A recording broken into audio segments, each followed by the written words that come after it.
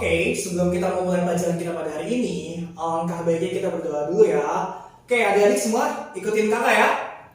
Oke, my friends, before we study, let's pray together. Pray begin. Oke, pray finish. Jadi adik-adik semuanya sehat? Alhamdulillah ya. Oke, pada kesempatan kali ini kita akan belajar tentang pencemaran lingkungan. Oke, adik-adik, ada yang tahu apa itu pencemaran lingkungan? Ada yang tahu? Masa gak ada yang tahu sih? Oke, kakak kasih tahu ya. Next. Nah, lihat. Di sini kita punya gambar. Gambar apa ini, adik? Asap. Asap. Oke, ini ceritanya asap ya, asap yang mengepul ke udara. Oke, berikutnya. Nah, kalau ini gambar apa adik-adik? Banyak sampah. Banyak sampah di air ya? Selokan ya? Iya. Oke, next. Kalau yang ini Sampah. sampah juga, tapi di tanah ya? Iya. Dan dibakar. Iya. Wah. Yang terakhir? Oke, yang terakhir ini adalah gambaran di mana lingkungan kita sudah sepenuhnya rusak. Nah, jadi pencemaran lingkungan adalah suatu kondisi yang telah berubah dari bentuk asal pada kondisi yang lebih buruk. Oke, kita misalkan ini punya kertas nih, ya punya kertas. Nah, kertas ini hancur ya.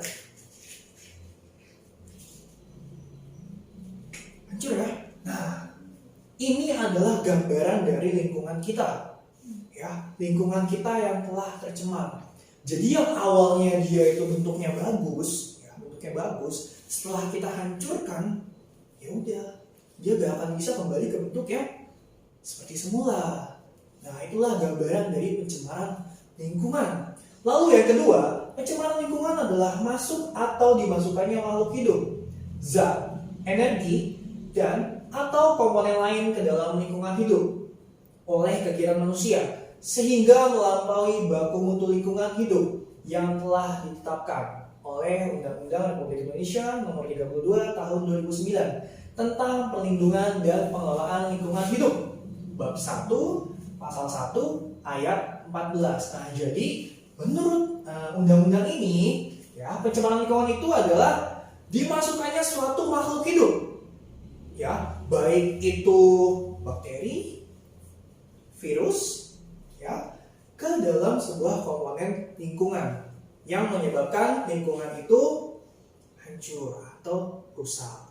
Oke, selanjutnya, ada yang tahu kenapa sih pencemaran lingkungan bisa terjadi? Tidak. Tidak? Tidak. Oke, baik. Lanjutkan. Nah, ini adalah gambar bagan ya. Bisa dilihat adik-adik? Iya. Ada yang paham artinya? Tidak, Pak. Tidak? Oke. Nah, jadi ini adalah bagian dari bagaimana pencemaran bisa terjadi. Apa yang kita lakukan sama bagaimana cara melakukannya itu akan berdampak pada lingkungan. Misal, yang kita lakukan itu bisa menjadi sumber pencemar. Contohnya, kita menambang emas secara sembarangan atau tanpa izin.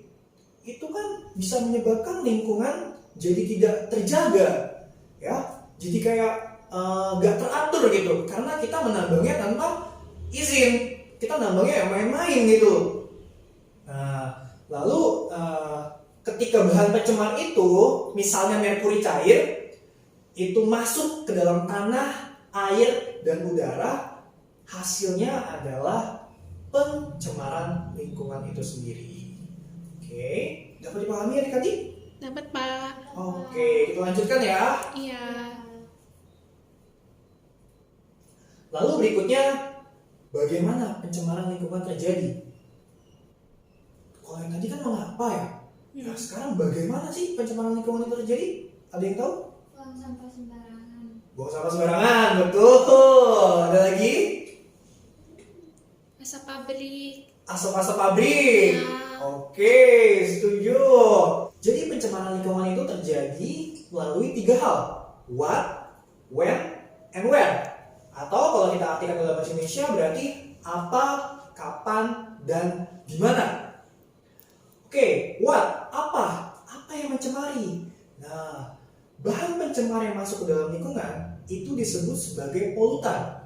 Disebut sebagai apa? Polutan. Polutan. Lalu berikutnya adalah where atau di mana. Nah, di mana terjadi pencemaran ini? Dia itu bisa terjadi di air, udara, bahkan di tanah sekalipun. Oke, yang terakhir adalah when atau waktu terjadinya pencemaran. Oke, saat dimana polutan mulai bercampur dengan komponen lingkungan alamiah, itulah saat dimana pencemaran lingkungan terjadi atau kita sebut sebagai pollution. Berikutnya adalah what is waste atau kalau kita artikan ke dalam bahasa Indonesia adalah limbah. Ada yang tahu limbah itu apa? Sisa pembuangan. Oke, sisa-sisa pembuangan ya. Ah, Itu sisa-sisa sampah pokoknya ya. iya. Intinya itu sampah. Oke, next. Betul sekali.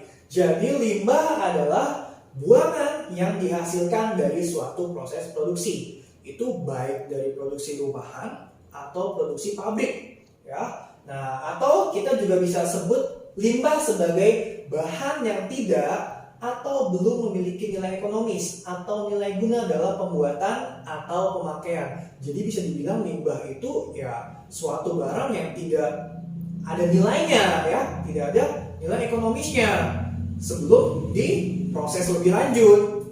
Oke, berikutnya ada beberapa tipe limbah di sini, ya, dikelompokkan menjadi 4. Yang pertama, limbah berdasarkan senyawa. Ada limbah organik sama limbah non-organik atau anorganik. Ada yang bisa menyebutkan di sini contohnya? Limbah organik? Dedaunan. Dedaunan, betul. Kulit buah. Kulit buah. Oke, setuju.